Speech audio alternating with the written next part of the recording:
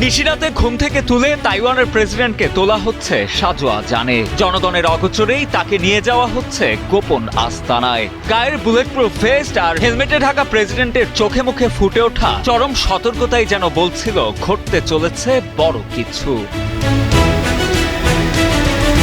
প্রথম দেখায় গোপন অভিযান মনে হলেও মূলত এটি ছিল তাইওয়ানের বার্ষিক সামরিক মহড়া হান কুয়াংয়ের একটি গুরুত্বপূর্ণ অংশ। ৫ আগস্ট থেকে শুরু হওয়া ১০ দিনব্যাপী এই মহড়ার মূল লক্ষ্য হল শত্রুপক্ষের মূল আক্রমণ বা অবরোধের মুখেও দেশের প্রতিরক্ষা ও যোগাযোগ ব্যবস্থা কিভাবে সচল রাখা যায় তা যাচাই করা। বিশেষ এই মহড়ায় প্রথমে কঠোর নিরাপত্তা বলয়ের মধ্য দিয়ে প্রেসিডেন্ট লাই চিং-তেকে একটি ক্লাউডেড লিপার্ড সাজোয়াজানে করে নিরাপদ কমান্ড সেন্টারে নিয়ে যাওয়া হয়। পরবর্তীতে সেখানে পৌঁছে সামরিক কর্মকর্তাদের সঙ্গে জরুরি বৈঠক করেন প্রেসিডেন্ট লাই।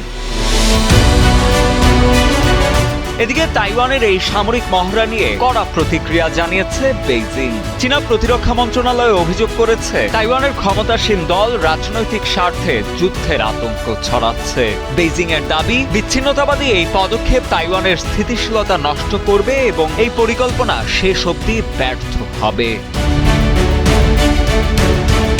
সাজিদা আনিল, ডেস্ক রিপোর্ট, সময়ের আলো।